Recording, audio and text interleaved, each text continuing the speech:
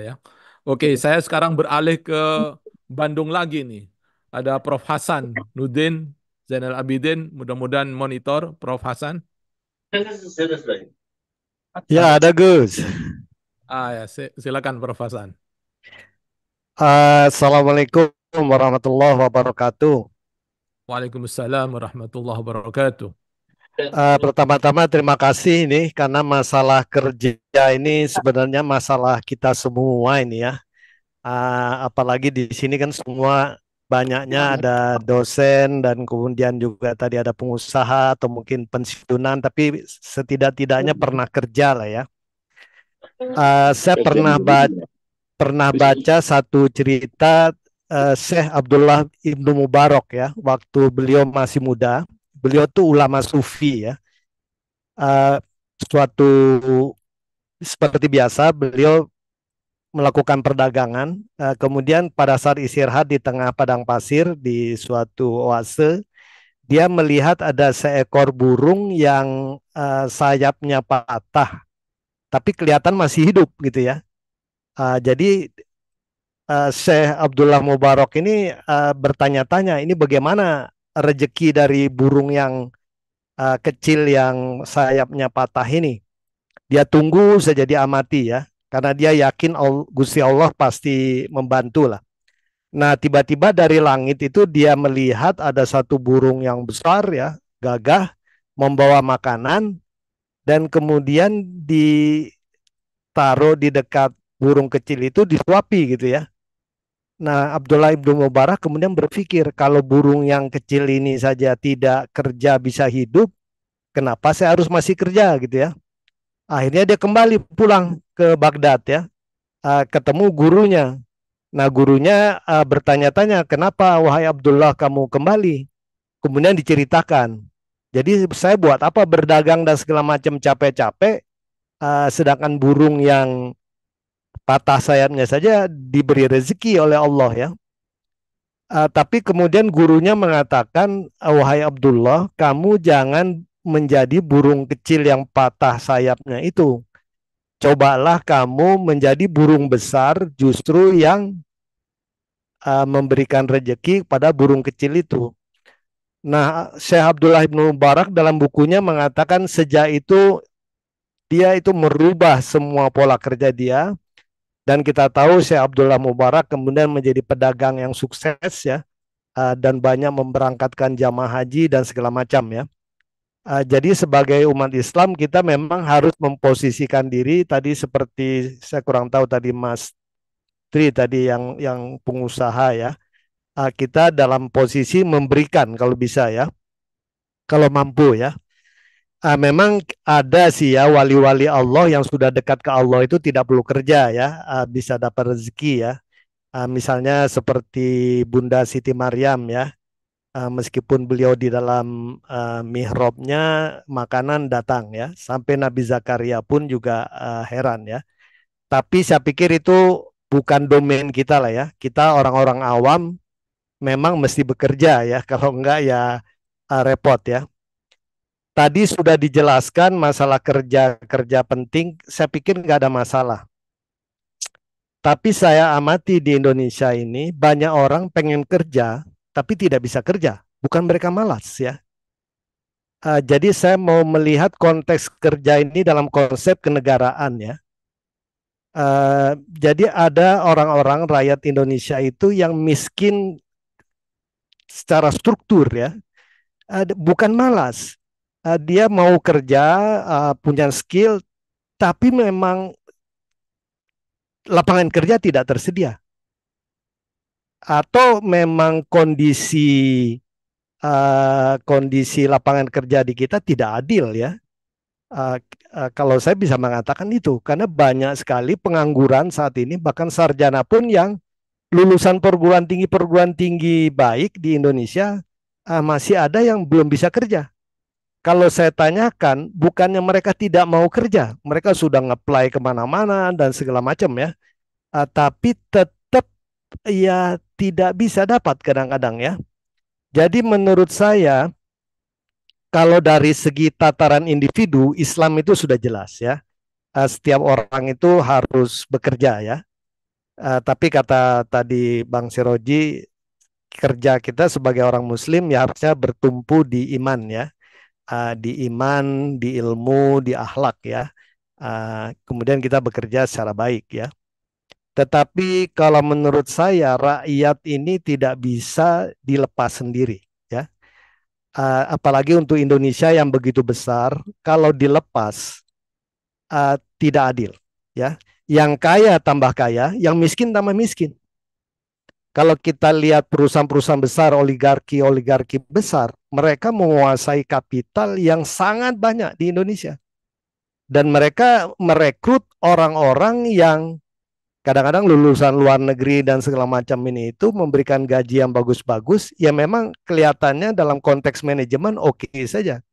Tapi dalam konteks kerakyatan, banyak rakyat Indonesia itu yang terpinggirkan, tidak bisa kerja.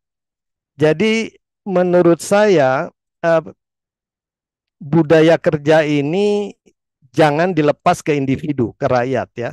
Pemerintah itu harus punya tanggung jawab ya, harus punya harus punya kewajiban ya. Ya pemerintah itu kan dipilih oleh rakyat ya. Seharusnya dia mikiri rakyat, menyediakan lapangan kerja, menyiapkan pendidikan, apakah pendidikan vokasi, D1, D2, D3, dan ya harus ada kebijakan yang sifatnya afirmatif ya. Kalau misalnya lapangan kerja dibuka ke asing dan kemudian tenaga kerja asing yang masuk, kan sebenarnya pemerintah dalam tanda kutip agak menelantarkan uh, rakyat Indonesia ya. Saya terus terang agak tersinggung kalau ada orang yang mengatakan rakyat Indonesia itu males-males. Saya bilang belum tentu. Rakyat Indonesia itu justru mau kerja asal ada lapangan kerja ya. Nah, sekarang ini kan konsepnya di dunia itu SDGs ya. No one left behind. Harusnya tidak ada orang yang tertinggal lah ya. No poverty, tidak ada kemiskinan, ya tidak ada kelaparan dan segala macam ya. Jadi menurut saya political will ini harus dibangun di Indonesia oleh pemerintah dan kan di jamaah halakoh kita ini banyak orang-orang berpendidikan ya. Kalau menurut saya memang kita harus berusaha seperti kata tadi Prof. Imam ya. Jadi harus ada usaha-usaha yang sifatnya lebih struktural ya, lebih masif untuk menolong mereka-mereka yang memang terpinggirkan, termarginalkan ya. Jadi kalau menurut saya jihad di zaman modern ini salah satunya adalah bagaimana kita bisa menolong secara ekonomi mereka-mereka yang memang secara struktural itu termiskinkan ya, termarginalkan. Pendidikannya dia memang kurang, pendidikannya kurang karena orang tuanya miskin ya. Kemudian sesudah itu pendidikannya jelek, malah tidak bisa dapat pekerjaan ya. Jadi ini semacam apa ya, lingkaran setan kemiskinan yang bisa memotong itu political will ya. Nah, tentunya tadi prinsip-prinsip Islam dalam bekerja itu jangan hanya dipunyai oleh rakyat kalau menurut saya ya. Jadi pemimpin itu penting. Jadi pemimpin kita itu harus yang mereka-mereka yang punya empati kepada rakyat memang ya. Bukan slogan ya. Tapi memang dia betul-betul kebijakannya itu pro rakyat. Dia membangun industri, membangun pendidikan dan segala macam, menyediakan lapangan kerja dan seterusnya ya. Nah, ini memang bukan hal yang mudah lah ya. Kita semua tahu lah ya, ini semua berkelindan kan. Jadi menurut saya memang ini harus ada, saya kurang tahu ini ya. Kalau dari gerakan Islam saya lihat Muhammadiyah kan bagus ya, membangun universitas, membangun katakanlah perguruan tinggi di mana-mana ya, meningkatkan literasi untuk orang untuk bekerja ya. Kemudian juga NU kan sekarang sudah mulai mendirikan universitas ya, tidak hanya pesantren dan segala macam ya. Jadi memang kalau menurut saya ini gerakan ini harus gerakan umat ya. Kalau gerakan individu dibiarkan masing-masing orang mencari kerja masing-masing, bertarung masing-masing, kasihan umat ya. Jadi umat Islam ini memang kalau menurut saya ini harus lebih bersatu ya, uhuwah dan bekerja secara cerdas dalam artian manfaatkan teknologi ya.